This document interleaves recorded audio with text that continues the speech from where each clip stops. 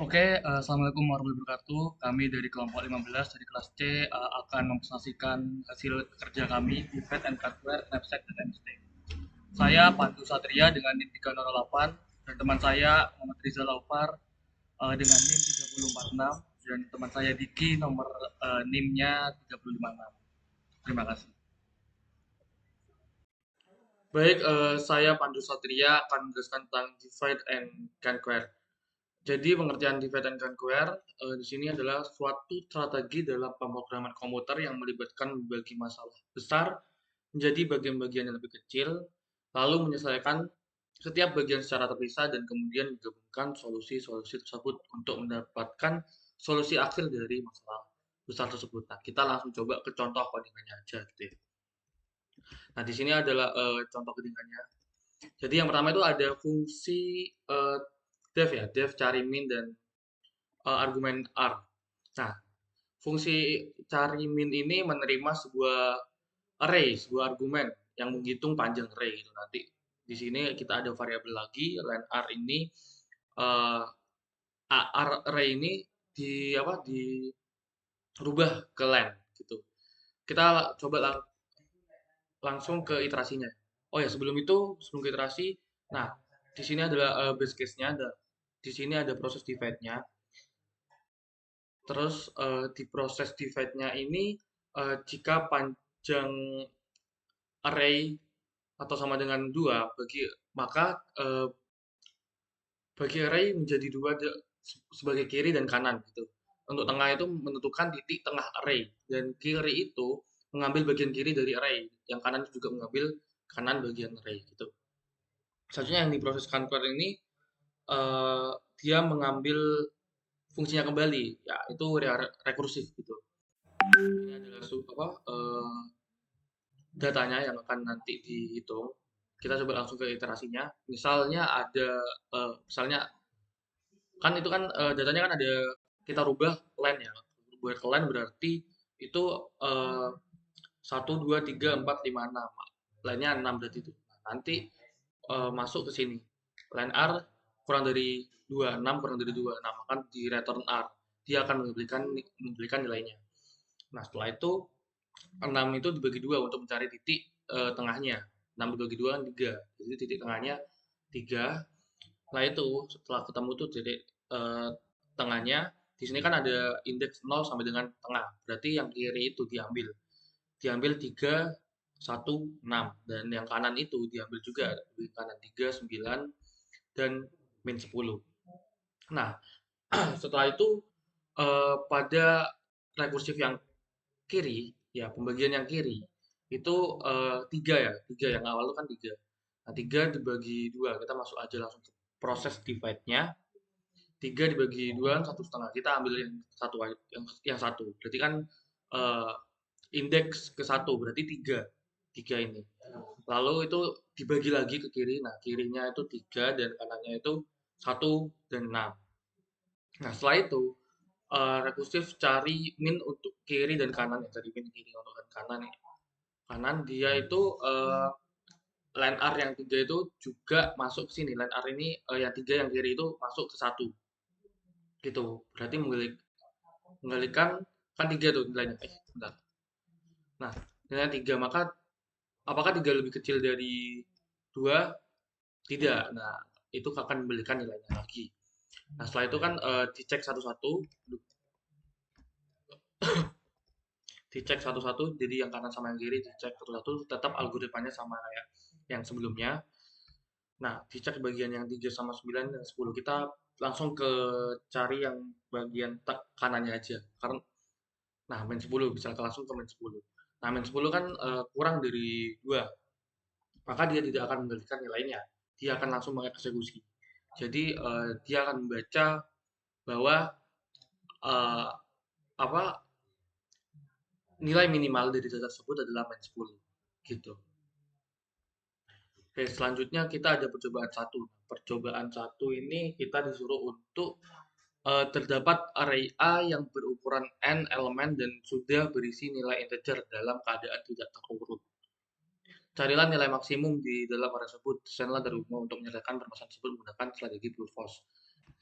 Oke, kita langsung ke codingan dari soal ini ya. Nah, ini codingannya, source code-nya. Jadi saya akan menjelaskan dari langsung ke Visual Studio-nya. Nah, di sini kita bikin fungsi yang bernama maxPurpose dengan argumen array dan variabel maxval array untuk mengambil indeks ke 0, yaitu indeks ketiga yang awalnya itu, untuk menginisialisasi nilai maksimum dalam elemen pertama dari array. Nah, selanjutnya di sini ada for num in array. Nah, ini adalah apa? Iterasi melalui setiap elemen dalam array. Nah, if num lebih besar dari maxval ini memeriksa apakah elemen saat ini lebih besar dari uh, variabel maxval. Nah, ketika if-nya itu terpenuhi, maka maxval sama dengan 6 memperbarui maxval dengan nilai elemen saat ini. Lalu akan memberikan hasilnya, menyelesaikan iterasi seluruh elemen dalam array. Nah, kita langsung coba ke iterasinya ya. Yang pertama itu kan kita ada 3. Nah, indeks ke 0 berarti dia mengambil 3 di sini. Nah, selanjutnya masuk ke perulangan. For num in array, num lebih besar dari max val. Nah, jadi apakah 3 lebih besar dari 3? Nah, ini kan salah kan, tidak terpenuhi. Maka nilainya tetap 3, akan diberikan 3. Lalu iterasi kedua di sini mengambil array apa indeks ke 1 yaitu 7. Nah, apakah 7 itu lebih besar dari 3? Nah, kondisi ini terpenuhi, maka diperbarui menjadi 3. Menjadi 7 maksudnya. Nah, selanjutnya yang kedua, ke apa? Indeks yang kedua. Berarti dia mengambil nilai 2. Nah, apakah 2 itu lebih besar dari 7? Karena kondisinya tidak diperbarui. Jadi tetap 7. Nah, itu seterusnya. Nah, selanjutnya ada indeks ke 23, indeks ketiga itu kan 10. Nah, 10 itu kondisinya terpenuhi karena lebih besar dari 7, maka dibagi menjadi 5. Nah, yang 5 ini juga tidak terpenuhi, maka nilai maksimum untuk dari soal tersebut adalah 10. Gitu. Ya, 10.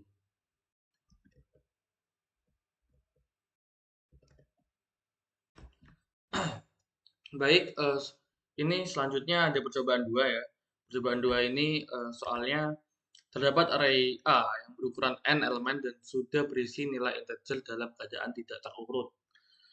Carilah jumlah seluruh elemen di dalam array tersebut. Desainlah algoritma untuk menyelesaikan persoalan tersebut menggunakan strategi brute force. Jadi ini jawaban source code-nya. Nah, di sini kita ada jumlah elemen ya, fungsi jumlah elemen ini. Nah, jumlah elemen dengan variabel r, di mana totalnya sama dengan 0, maksudnya total sama dengan 0 ini adalah nilai mula-mula yang dia itu menginisiasi dan menetapkan nilai awalnya itu 0. Lalu di sini ada perulangannya for i in r total plus sama dengan 1 i maksudnya. Nah, ini nanti ketika ada data yang dieksekusi, dimasukkan di sini, maka 0 nanti ditambahkan data tersebut gitu. Di sini kan ada data yang 5, 4, 2, 1, 3 secara acak. Nah, setelah itu di sini return total akan memberikan nilainya. Jadi misalnya 0 ya, 0 ditambah 5 ditambah 4 ditambah 2 tambah 1 tambah 3 gitu. Nah, maka hasilnya jumlah seluruh elemen tersebut adalah 15 gitu. Nah, ini codingannya ya. Nah, seperti itu.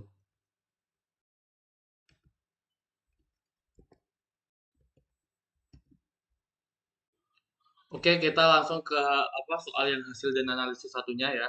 Nah, di mana kita tadi soalnya sama yang di percobaan satu, tapi perbedaannya di sini adalah ketika kita apa membuat desain algoritmanya menggunakan divide and conquer. Tetap carilah nilai maksimum dalam area tersebut itu. Kita langsung ke source code-nya ya. Nah, oke di sini ada eh, fungsi ya, fungsi def cari max ya, cari max r dan argumennya r. If len r sama dengan 91. Nah, di sini tuh ada base case ya, ada base case-nya if len r sama dengan 91. Nah, maksudnya di sini adalah ketika kembalikan elemen tersebut karena itu adalah satu-satunya dan tentunya nilai maksimum dari array tersebut. Jadi dia itu ketika sudah dibagi, itu adalah satu-satunya yang nilai maksimum tersebut. Nah, di proses divide-nya itu di bagian sini ya, mid, kiri, dan kanan untuk mencari nilai tengah yang tadi itu, dan kiri itu nanti akan dipisahkan, dan kanan itu nanti dipisahkan kanan itu. Untuk apa? Mencari mid-nya dulu gitu, mencari nilai tengahnya dulu. Nah, setelah itu di sini ada algoritma if kiri lebih besar dari kanan, maka eh, return kiri akan memberikan nilai yang sebelah kiri, dan else-nya itu eh, jika salah itu akan memberikan nilai yang kanan. Dan ini datanya ya 3, 7, 2, 10, 5 yang secara yang datanya itu tidak urut. Nah, setelah itu nilai cari max array itu adalah bagian conquer-nya. Nah, untuk masing-masing bagian kiri dan kanan hingga mencapai base case-nya kembali. Seperti itu. Nah, selanjutnya eh, kita coba contoh iterasi awalnya. Saya akan menjelaskan iterasi awalnya. Pertama, di sini ada data ya. Indeks 0, 1, 2, 3, 4. Nah, dengan len, kan kita rubah ke len tuh. Dengan len 1, 2, 3, 4.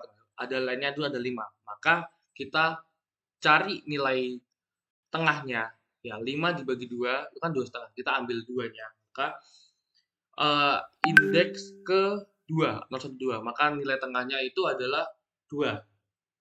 2. Nah, maka nanti yang akan dipisahkan itu adalah 3, 7 itu sebelah kiri, dan 2, 10, 5 itu sebelah kanan. Nah, selanjutnya 3, 7, 2, 10. Nah, bagian kiri. Nah, itu kan bagian kiri kan ada dirubah ke apa ke line lagi kan. Jadi kan line-nya ada 2. 2 dibagi 2 1. Maka dipisah lagi bagian kiri dan bagian kanan. Itu 3 dan 7. Nah, selanjutnya yang 3 ya. 3 itu akan di apa? Dibandingkan sebelah ini. Nah, kiri kan tadi kan 3 udah. Yang kanan itu 7. 3 apakah lebih besar dari 7? Kan tidak. Maka masuk ke else, masuk ke else ini. Masuk ke else berarti return ke kanan. Berarti hasilnya tetap 7 gitu. Selanjutnya kita masuk ke bagian yang sebelah kanan ya. Mid ke kanan. Berarti kan 2, 2, 10, 5 gitu. Nah, lainnya kan ada 3. 3 dibagi 2, 1 berarti ya. Nah, 1. Berarti mid-nya berarti sebelah kiri ya, 0, 1. Nah, mid-nya itu 10, sebelah kirinya itu 2, sebelah kanannya itu 10 dan 5, gitu. Nah, untuk base case-nya itu sebelah kiri ya, sebelah kiri 2, berarti kan satu nilai cuma 2. Nah, setelah itu yang sebelah kanan itu kita eksekusi lagi ya, eksekusi lagi di situ. Itu ada 10 dan 5. Kita bandingkan ya, apakah 10 lebih besar dari 5? Iya, 10 lebih besar dari 5, maka memberikan return kiri, memberikan nilai yang kiri ini. Berarti hasilnya 10. Nah, tadi kan sudah kelihatan tuh, yang kiri itu nilainya 7 yang paling besar, dan yang kanan itu nilainya 10. Maka kita bandingkan lagi. Kiri, ya, kiri 7 lebih besar dari 10, apakah benar? Itu salah, berarti kan masuk ke return kanan, berarti masuk ke kanan 10 berarti kan. Nah, berarti nilai maksimumnya itu 10. Nah, seperti itu. Baik, kita akan masuk ke hasil dan analisis 2 ya. Nah, di sini kita sama soalnya yang jadi percobaan 2, tapi kita menggunakan algoritma strategi dengan strategi divide and conquer gitu. Untuk menentukan jumlah seluruh elemen di dalam array. Oke, kita langsung masuk ke codingannya aja. Oke, di situ ada sebuah fungsi ya, sebuah fungsi div jumlah elemen dengan parameternya ada 3, A, bawah, dan atas. Itu untuk eee, batas bawah dan batas atasnya ya. Nah, karena kita punya data array 5, 4, 2, 1, 3, maka ini kan ada 0, 1, 2, 3, 4. Indeksnya 0, 1, 3, 4. Maka batas bawahnya itu 0, batas atasnya itu indeks ke 4, seperti itu. Nah, di sini bagian bisnisnya ya, if bawah sama dengan atas. Nah, maksudnya di sini adalah ketika eh, batas bawah sama dengan atas, maka nilainya akan dikembalikan. Jadi kayak nilai satu-satunya yang akan nanti dikembalikan nilai satu. dapat nilai 1 yang akan dikembalikan gitu. Lalu di sini ada mid, bawah, plus atas. Nah, ini proses divide-nya, kiri dan kanan itu proses convert-nya. Nah, setelah itu kita coba masuk ke iterasinya aja ya. Iterasi aja. Dan di sini kan ada array 5, 5 4, 2, 1, 3 dengan batas bawahnya indeks ke 0 sampai dengan indeks keempat atasnya. Nah, setelah itu masuk ke mid-nya untuk menentukan nilai tengahnya, Jadi 0 ditambah 4 dibagi 2 sama dengan 2, maka kita pisahkan bagian kiri dan bagian kanan. Bagian kirinya adalah 54 dan bagian kanannya itu 213. Kemudian algoritma secara rekursif itu akan menghitung jumlah elemen di kedua bagian array tersebut. Di kiri dan kanan ini, kiri dan kanan. Jadi kayak jumlah elemen yang kiri itu kan indeks 0 1 ya.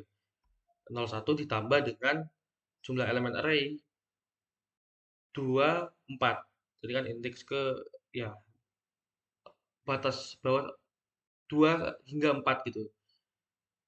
Jadi kan 213 kan, berarti 01 213 gitu untuk penjumlahannya gitu. Coba kita apa namanya ke codingnya aja untuk memberi komennya. Jadi yang kiri ini eh nah maksudnya di sini gini, jumlah elemen A. Nah, tadi tuh bawahnya itu kan tadi kan udah 0 sampai 1 ya. 0 indeks ke 0 sampai 1 ditambahkan ke jumlah elemen. Ini bagian yang tertutup kiri plus kanan. Mid plus 1. Kenapa mid plus 1 ya? Kenapa mid plus 1? Karena kalau misalnya kita tidak ditambahkan 1, maka indeks berikutnya itu tidak akan terbaca. Jadi sama hitungannya itu. Jadi kita biar kebaca untuk memisahkan kanan dan kiri, kita menambahkan 1 gitu. Berarti kan 1 kan pertama kan indeks 1 ya, midnya kan midnya 1. Berarti ditambahkan 1 berarti 2. Berarti untuk yang tadi itu yang sudah terbagi indeksnya 21 dan 213 itu indeksnya adalah 0 sampai 2 sampai 4. Nah, berarti gini, nanti penjumlahannya seperti ini. Gitu. Selanjutnya hasil dari kedua rekursi ini ditambahkan untuk mendapatkan jumlah seluruh elemen dalam array. Maka kan 01 itu kan 4 ya, 5, 4, 9 ya. Indeks 0 sampai 1, 5 tambah 4 ya, 5 ditambah 5, 4, 2, 1, 3, 5 tambah, ya sama aja tadi. 5 tambah 4, 9, 9 ditambah jumlah elemen yang tadi dipisahkan. 2 ditambah 1 ditambah 3 gitu. Itu 5, 6, berarti hasilnya 15, seperti itu. Oh ya, saya tambahkan ya yang ini bagian ini itu eh, menentukan keseluruhan menghitung jumlah seluruh elemen dalam array dan menyimpan hasilnya dalam variabel jumlah. Jadi ini kita memanggil lagi ya, memanggil fungsinya lagi, lalu array yang ingin dihitung jumlah elemennya, lalu 0 dan len 0 dan len array min 1 ini adalah parameter yang akan nantinya diteruskan ke fungsi jumlah elemen ini. Seperti itu. Maka misalkan array ya, array yang nilai-nilai yang berisi 5, 4, 2, 1, 3. Maka ketika dijumlahkan akan menjadi 15. Seperti itu. Perkenalkan, nama saya Muhammad Rizal Agharifki dengan NIM 3046. Di sini saya akan melanjutkan penjelasan sampai materi tugas mandiri divide and conquer.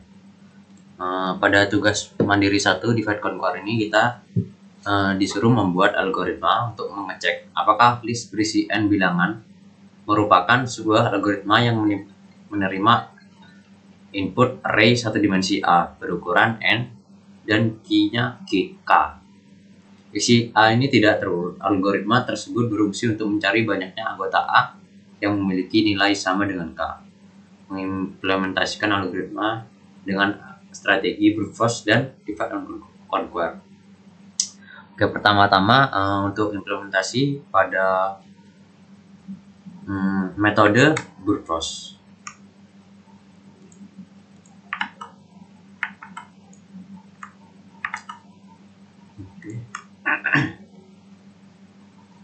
Di sini saya sudah membuat fungsi. Pertama, saya membuat fungsi yang diberi nama mandiri dan memiliki dua parameter, yaitu ARR.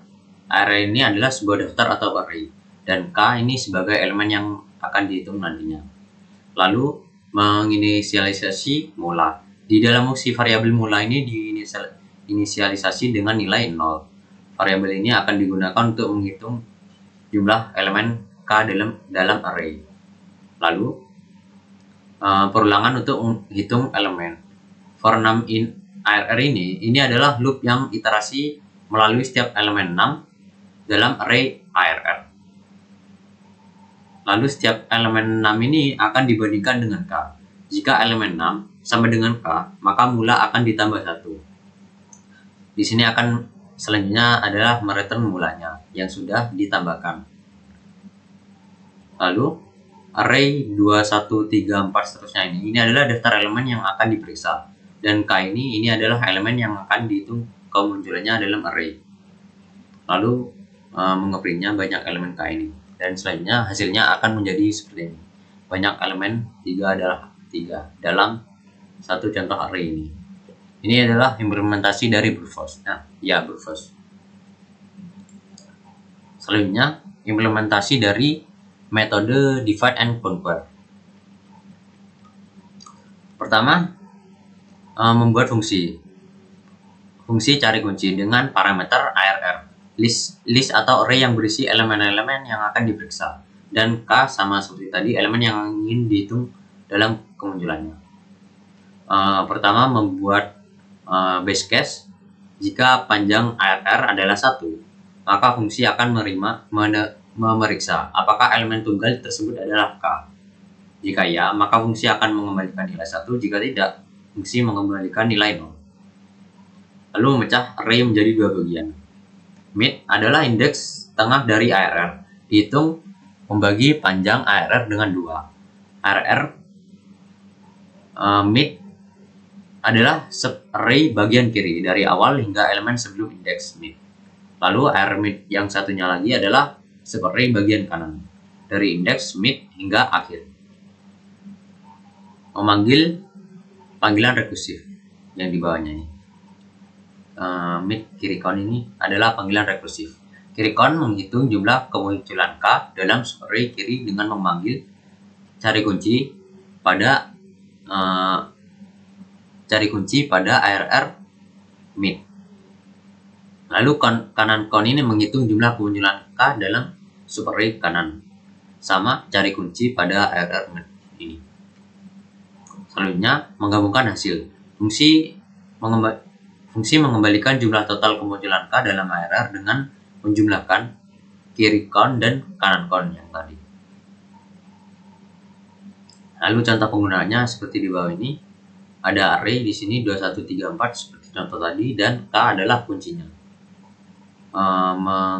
Menyimpan hasil dari pemanggilan fungsi cari kunci dengan array dan K. Mengoperasinya, maka hasilnya akan seperti ini. Banyak elemen, 3 adalah 3.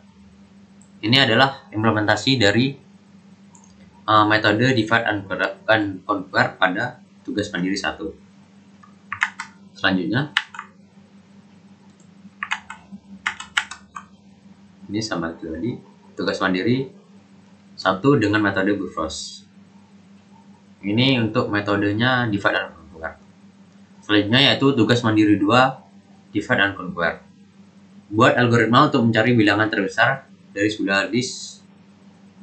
Ini lakukan perbandingan bilangan terbesar list 1 and 1. Ini memperiksa pencarian ini bisa dijelaskan secara rekursif.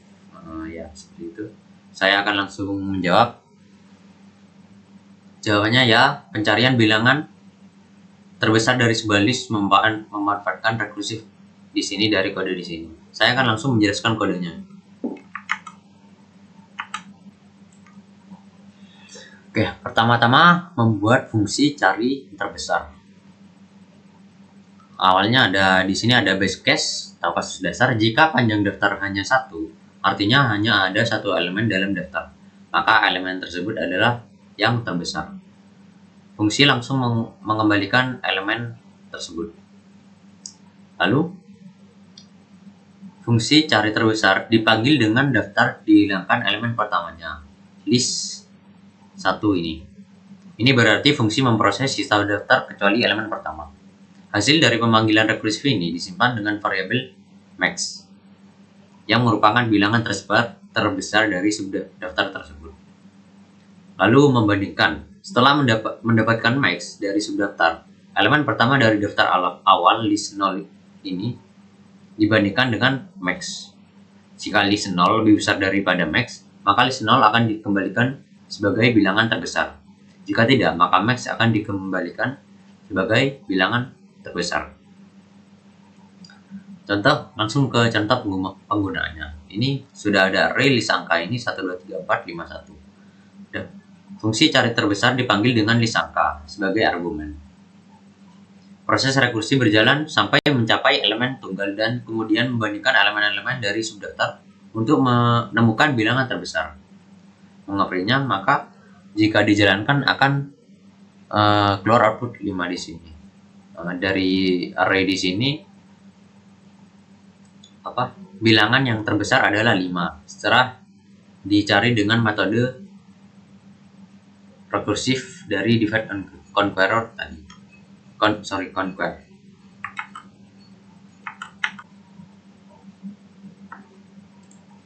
Ini adalah penggambaran pohon rekursif dari eksekusi dari fungsi cari terbesar yang tadi. Penggambaran pohon rekursif dari jawaban tugas mandiri 2. Oke, selanjutnya adalah knapsack. Knapsack adalah istilah yang digunakan untuk menggambarkan masalah optimisasi kombinatorial di mana seseorang harus memilih item dari kumpulan item yang memiliki bobot dan nilai tertentu. Sedemikian rupa hingga total bobot item yang dipilih tidak melebihi kapasitas maksimum dari knapsack atau tas. Penggambarannya itu seperti knapsack ini adalah sebuah kantong dan kita akan memasukkan item-item pada kantong tersebut, tetapi tidak melebihi kapasitas dari kantong tersebut. Ada 2 varian knapsack. Yang pertama adalah knapsack 0,1. Dalam knapsack 0,1 setiap objek hanya bisa diambil sekali atau tidak sama sekali. Mirip dengan memilih barang-barang yang tidak dapat dipotong. Lebih mementingkan kapasitas maksimal dan value maksimal dengan batasan. Selanjutnya adalah knapsack tanpa batasan atau unbound knapsack. Objek-objek dapat diambil berkali-kali atau tidak dapat diambil sama sekali. Tidak ada batasan pengambilan, lebih mementingkan kapasitas maksimal dan value maksimal tanpa batasan. Di sini saya akan menjelaskan dari kode percobaan 1 dari knapsack. Oke, mula-mula saya sudah membuat fungsi. Pertama, saya sudah membuat fungsi knapsack dengan item sini adalah parameter daftar barang yang akan dipertimbangkan masing-masing dengan nama, nilai, value, dan weight nantinya. Lalu kapasitas maksimum dari ransel. Selanjutnya adalah N ini adalah jumlah barang. DP tabel 2D untuk menyimpan. DP ini nantinya adalah tabel 2D untuk menyimpan nilai maksimum yang dapat diperoleh untuk setiap submasalah. Lalu include items tabel 2D untuk menyimpan daftar barang yang termasuk dalam solusi optimal untuk setiap submasalah. Lalu pengisian tabel DP dan include items. Pengisian item dalam kantong. Gambarannya seperti itu. Di sini saya akan menjelaskan gambarannya secara singkat dari kode loop di sini. Dua loop for untuk mengisi tabel DP dan include items. Jika I sama dengan 0 atau W sama dengan 0, maka DP dengan indeks I dan W itu sama dengan 0 karena tidak ada barang atau kapasitasnya 0. Jika berat barang I itu kurang dari 1, lebih kecil atau sama dengan W. Mempertimbangkan apakah nilai dengan memasukkan barang ini lebih besar daripada tanpa memasukkan barang ini. Jika ya, maka akan memperbarui DP dengan indeks I dan W ini akan ditambahkan ke daftar included items. Jika tidak, akan dibiarkan. Dan included items ini sama dengan solusi tanpa barang. Lalu mengembalikan hasil akhir di return DP and capacity ini. Mengembalikan nilai maksimum yang dapat diperoleh dan daftar barang yang dipilih. Langsung ke contoh penggunaannya. Ini items. Daftar items ini berisi barang-barang dengan nama, nilai, dan berat masing-masing. Dan capacity adalah kapasitas maksimum Rexel. Dan max value-nya akan menyimpan nilai maksimum yang diperoleh. Dan selected items, ini variabel selected items, menyimpan daftar nama barang yang termasuk dalam solusi optimal. Nah, di print, lalu hasilnya akan seperti ini. Oke, di sini saya sudah merun kodenya. Hasilnya akan seperti ini. Nilai maksimal dari pemilihan barang 13. Barang yang akan dipilih adalah barang A, B, dan D. Seperti itu. Itu adalah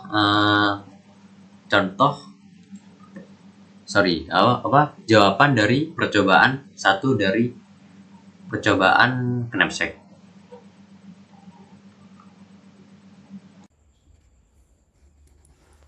Di sini, di unbounded knapsack yang menerima daftar barang item dan kapasitas knapsack yaitu capacity sebagai input. Tabel DP dengan ukuran capacity plus 1 yaitu dengan DPW menyimpan nilai maksimum yang dapat dicapai dengan kapasitas berat, diartikan dengan W. Included item dengan capacity plus 1, kemudian included item W tadi, yaitu yang berisikan kapasitas berat, menyimpan daftar nama barang yang termasuk dalam solusi optimal untuk kapasitas berat W. Iterasi mulai kapasitas berat yang mungkin W dari 0 sampai capacity. Iterasi melalui semua barang I dari 0 sampai N-1. Kemudian memeriksa apakah berat barang saat ini, yaitu di items I, weight, kurang dari sama dengan kapasitas berat yang sedang diiterasi, yaitu W tadi. Maksudnya items ini kurang dari sama dengan kapasitas berat yang diiterasi, yaitu W. Maka jika ternyata kapasitasnya itu kurang dari sama dengan, maka dia akan menghitung nilai potensial jika barang saat ini dimasukkan ke dalam knapsack, yaitu di dalam potential value sama dengan items I value plus DP W dikurangi items I dengan berisikan weight. Jika nilai potensial lebih besar dari nilai maksimum yang disimpan di DPW, maka update DPW dengan potential value dan update included item W dengan menambahkan nama barang saat ini ke daftar barang yang termasuk dalam solusi optimal untuk kapasitas berat W. Pada akhirnya, fungsi tersebut mengembalikan nilai maksimum yang dapat dicapai DP capacity dan daftar nama barang yang termasuk dalam solusi optimal, yaitu included items capacity. Berikut terdapat outputnya, yaitu item 2.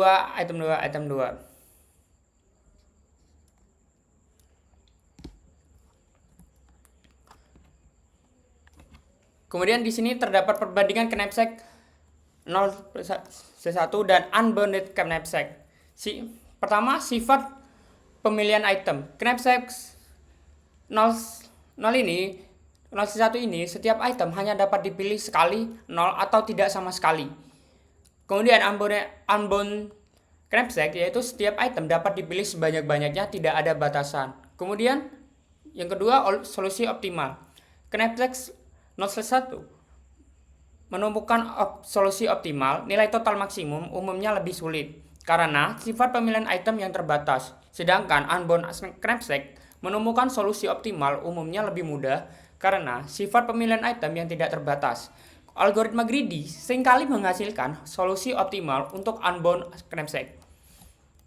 Kemudian di teknik penyelesaiannya, yaitu di knapsack 0C1,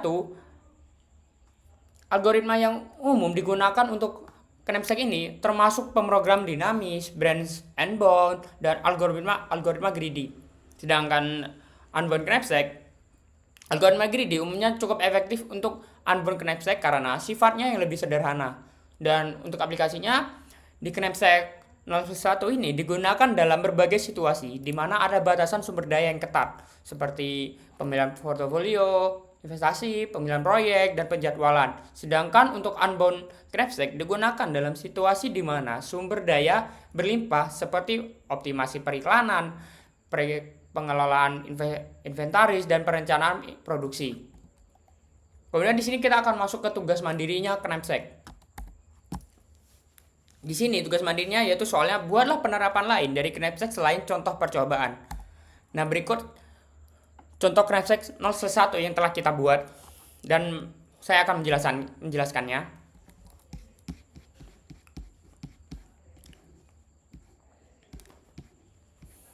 Fungsi knapsack 0+1 ini yang menerima daftar barang yaitu di barang dan kapasitas knapsack kapasitas yang sebagai input. DP dengan ukuran N+1 kali kapasitas +1, kemudian DP, I, dan W menyimpan nilai maksimum yang dapat dicapai dengan memilih sebagian dari I barang pertama dan kapasitas knapsack. I di sini adalah barang dan W ini adalah kapasitas knapsacknya, perlu diingat.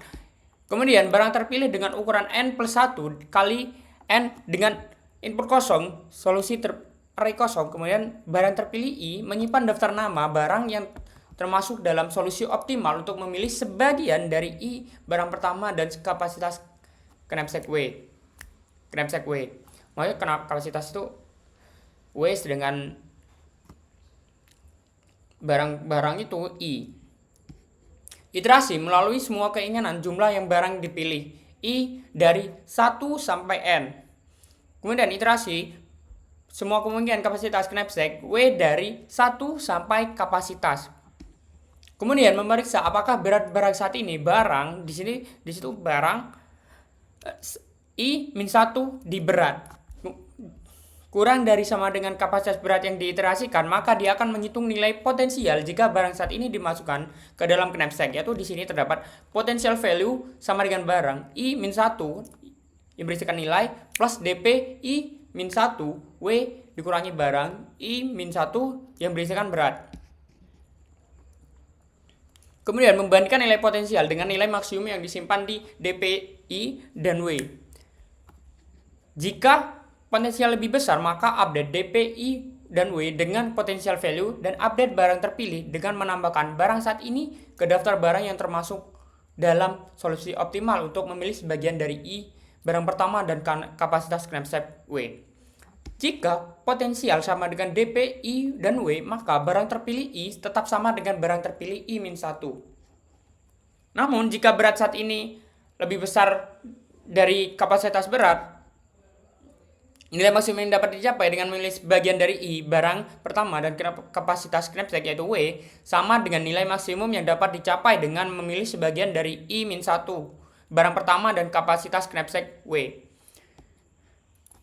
Daftar barang yang termasuk dalam solusi optimal untuk memilih sebagian dari I barang pertama dan kapasitas knapsack W sama dengan daftar barang yang termasuk dalam solusi optimal untuk memilih sebagian dari I-1 barang pertama dan kapasitas knapsack.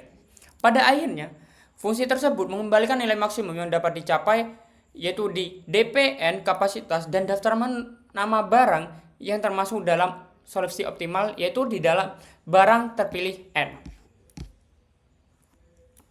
Berikut outputnya yaitu nilai maksimal dari pemilihan barang yaitu 100 dan barang-barang yang dipilih yaitu barang 1, 2, dan 4. Kemudian kita akan lanjut ke contoh knapsack tanpa batasan yaitu unbound knapsack. Berikut adalah code-nya dan saya akan menjelaskannya.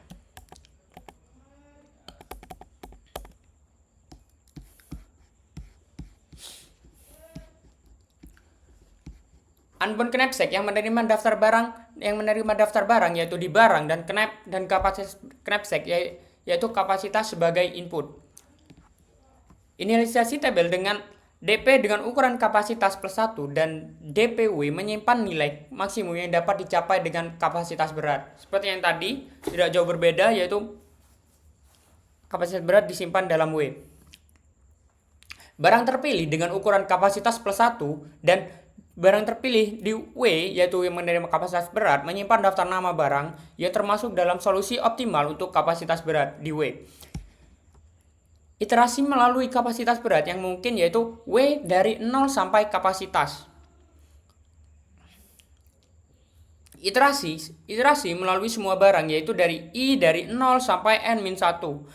Periksa apakah berat barang saat ini, barang I yang berisikan berat, kurang dari kapasitas berat yang sedang diiterasi yaitu W. Maka jika ternyata begitu, hitung nilai potensial jika barang saat ini dimasukkan ke dalam knapsack, yaitu potential value sama dengan barang I yang memiliki nilai ditambah dengan DPW min barang dikurangi barang I yang berisikan berat. Barang I kemudian berat. Jika nilai potensial lebih besar dari nilai maksimum yang disimpan di DPW, maka update DPW dengan potential value dan update barang terpilih W dengan menambahkan nama barang saat ini ke daftar barang yang termasuk dalam solusi optimal untuk kapasitas berat W. Pada akhirnya, fungsi tersebut mengembalikan nilai maksimum yang dapat dicapai DP kapasitas dan daftar nama barang yang termasuk dalam solusi optimal, yaitu dalam barang terpilih berisikan kapasitas. Ya, berikut terdapat outputnya yaitu nilai maksimal dari tanpa batasan yaitu 30 dan barang yang dipilih yaitu buku. Jadi kenapa begitu? Karena kita memasukkan input yaitu 5 sedangkan barang-barangnya di sini.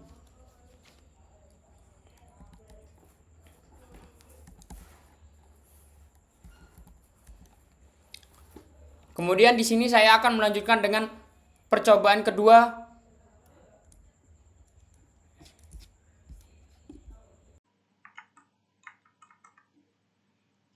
Selanjutnya adalah materi minimum spanning tree atau MST. MST ini adalah subset dari edge atau jalan dalam graf yang tidak memiliki siklus atau menghubungkan sebuah vertex dengan total bobot terkecil. Sederhananya, MST ini adalah jaringan jalan paling hemat yang menghubungkan semua kota di pulau atau jalan terdekat seperti itu. Algoritma untuk menemukan MST ada dua, yaitu Prim's algorithm, yaitu memulai dari satu titik terus menambahkan sisi dengan bobot terkecil yang tidak menciptakan siklus hingga semua titik terhubung. Yang kedua yaitu Kruskal algorithm, mengurutkan semua sisi berdasarkan bobotnya, kemudian menambahkan sisi terkecil secara berurutan asal tidak menciptakan siklus sampai semua titik terhubung. Jadi di sini ada percobaan satu. Saya akan langsung ke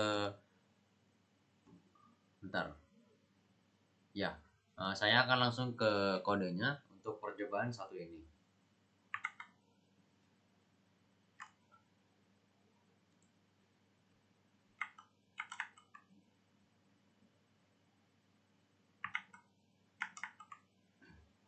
Oke. Pertama-tama untuk kode awal yaitu mengimport ketiga library ini. Yang pertama adalah matplotlib.pyplot ini digunakan untuk membuat plot, dan numpy akan digunakan untuk melakukan operasi-operasi matematika. Random digunakan untuk menghasilkan angka yang acak nantinya. Oke.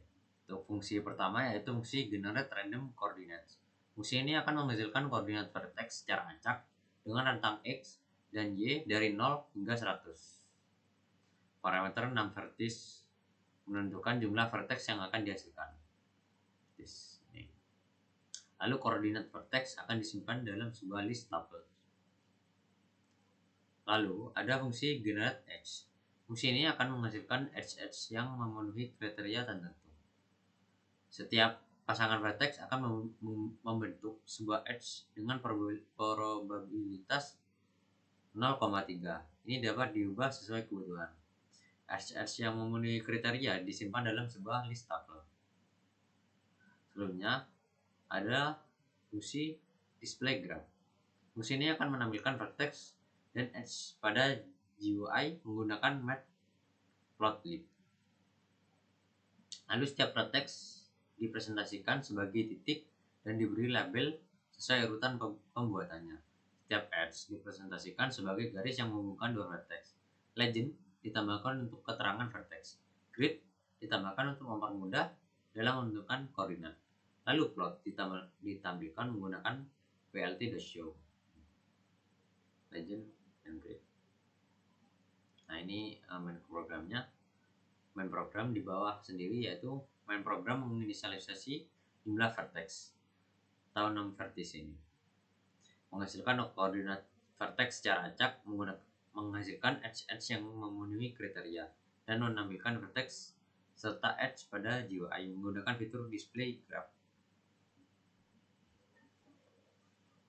Nah, ini adalah gambaran dari graph dari percobaan satu ini. Ini adalah spanning tree secara acak.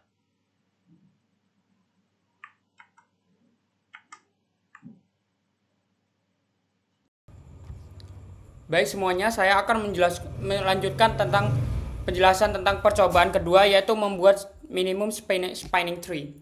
Di sini soalnya yaitu ulangi percobaan 1 sampai dengan langkah 3B namun simpan dalam file berbeda. Kemudian modifikasi kode program dengan ketentuan sebagai berikut. Program mengolah data koleksi vertex tersebut untuk menghasilkan edge. Edge pertama yang dibentuk adalah edge yang menghubungkan dua vertex yang memiliki jarak terkecil. Kemudian C vertex yang telah dihubungkan oleh edge disimpan ke suatu koleksi list atau array. Misal vertex yang telah dihubungkan oleh edge dimasukkan dalam koleksi connected vertex, sedangkan sisanya dimasukkan ke dalam koneksi unconnected vertex. Kemudian edge selanjutnya yang dibentuk adalah edge dengan jarak terkecil yang menghubungkan salah satu vertex dari connected vertex ke salah satu vertex dari unconnected vertex. Ulangi tahapan pada tahap D tersebut sampai semua vertex memiliki edge. Kemudian yang terakhir yaitu program menampilkan edge tersebut ke elemen canvas yang sama sebagaimana vertex ditampilkan. Di sini saya akan menjelaskannya yaitu source code-nya pada percobaan kedua yaitu seperti berikut.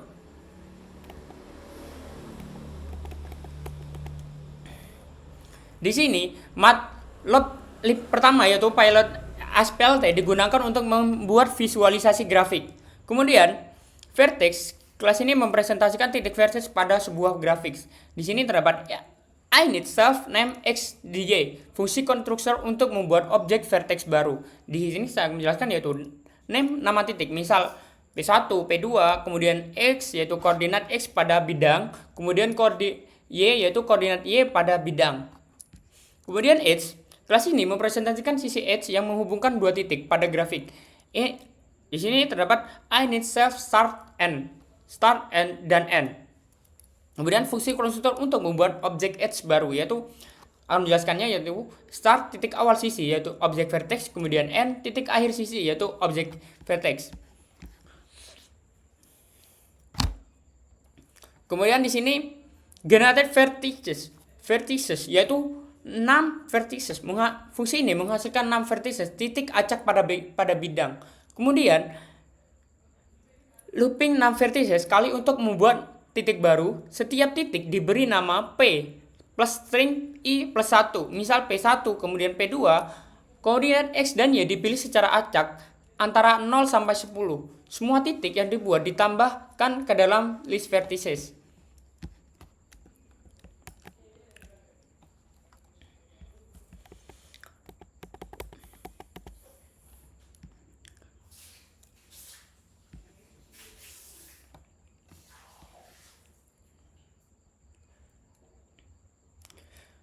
Kemudian terdapat generate edge vertices. Fungsi ini menghasilkan sisi yang menghubungkan setiap pasang titik yang mungkin dari list vertices. Kemudian looping melalui semua titik di vertices. Looping lagi melalui sisa titik setelah titik sampai saat ini I untuk menghindari sisi duplikat. Setiap pasangan titik vertices I dan vertices J dijadikan objek edge baru dan ditambahkan ke list edge. Fungsi ini mengembalikan list edge yang berisi semua sisi yang mungkin antar titik. Kemudian terdapat fungsi plot graph, vertices, dan edge. Fungsi ini menampilkan list vertices titik dan list edge yaitu sisi sebagai grafik menggunakan library matplotlib-pilot. Kemudian looping melalui setiap objek edge di edge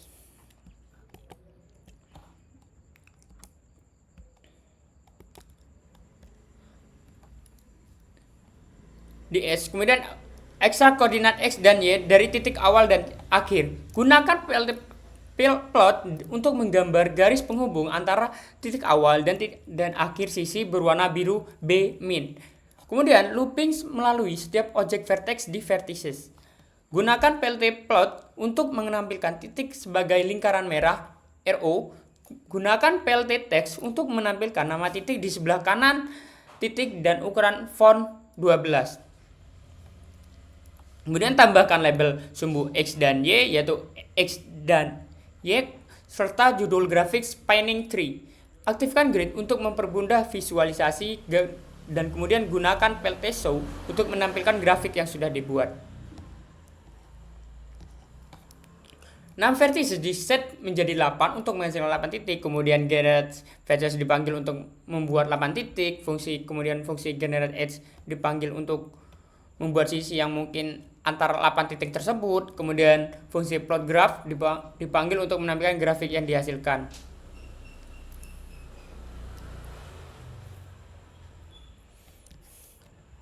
Seperti itu penjelasannya. Kemudian kita akan masuk ke dalam outputnya. Berikut outputnya. Ini outputnya bermacam-macam soalnya kita tadi menggunakan random, yaitu di sini terdapat import random, yaitu kita akan merandom semua titiknya itu. Namun titik-titiknya kita menyesuaikannya. Itu dan terdapat outputnya seperti ini. Sekian dari saya, terima kasih.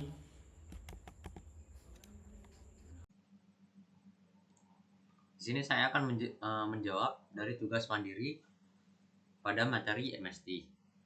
Pada tugas mandiri, soalnya yaitu UNED mengelola akses internet untuk fakultas-fakultas di dalamnya. Akses internet ini bersumber dari UPTTI dan disebarkan ke semua fakultas yang ada melalui media transmisi berjenis kabel. Sebuah fakultas agar dapat mengakses internet maka harus memiliki sambungan langsung ke UPPTI atau tersambung ke fakultas lain yang terhubung ke UPPTI. Untuk menyederhanakannya akan meminimalkan biaya. Sambungan kabel-kabel tersebut disusun dengan memakai prinsip algoritma spanning tree. Maka buatlah program yang mensimulasikan kondisi ini.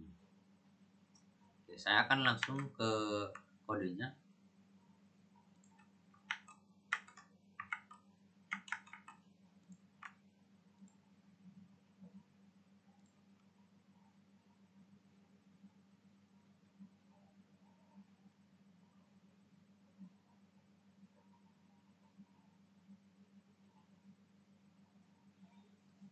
Oke, di sini pertama mengimport matplotlib, pypplot, splt dan import random. Baris pertama mengimport modul ini matplotlib ini yang digunakan untuk membuat plot modul dan random ini untuk menghasilkan angka secara acak. Lalu kemudian di sini kita mendefinisikan sebuah class location yang memiliki atribut name untuk menyimpan nama lokasi, serta atribut X dan Y untuk menyimpan koordinat dari lokasi. Selanjutnya adalah class edge yang digunakan untuk mempresentasikan sambungan antara dua lokasi. Ini memiliki atribut start dan end, yang merupakan objek location yang menandakan titik awal dan akhir dari sambungan. Lalu fungsi generate location ini digunakan untuk membuat daftar lokasi acak untuk menerima argumen 6 location yang menentukan berapa banyak lokasi yang akan dibuat. Setiap lokasi memiliki nama yang dihasilkan secara dinamis dan koordinat X dan Y yang dipilih secara acak di antara 0 dan 10. Lalu fungsi generate edge menghasilkan daftar sambungan antara setiap lokasi dan lokasi UPTTI. Ini membuat sambungan dari setiap lokasi ke lokasi UPTTI dan mengembalikan daftar. Lalu fungsi construct spanning tree membangun pohon rentang dari lokasi yang diberikan dan lokasi UPTTI. Ini pertama-tama memanggil generate edge untuk membuat sambungan antara setiap lokasi dan UPTTI. Kemudian, ia menambahkan satu sambungan tambahan dari lokasi acak ke UPTTI. Ini dilakukan dengan mengacak urutan lokasi dan menambahkan sambungan pertama yang ditemukan ke UPTTI. Lalu, fungsi plot network yang digunakan untuk memvisualisasikan jaringan. Ini menggambar setiap sambungan antara lokasi dan UPTTI sebagai garis hitam yang transparan.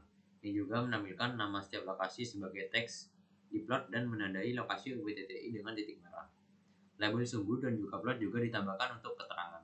Akhirnya, plot ditampilkan menggunakan plt.show. Lalu baris terakhir ini inisialisasi variabel nom location, UPTTI location dan location, dan memanggil fungsi construct spanning tree untuk membangun pohon rentang, lalu memplot jaringan menggunakan fungsi plot network. Nah, ini adalah gambaran dari graf sambungan dari UPTTI ke setiap fakultas-fakultas.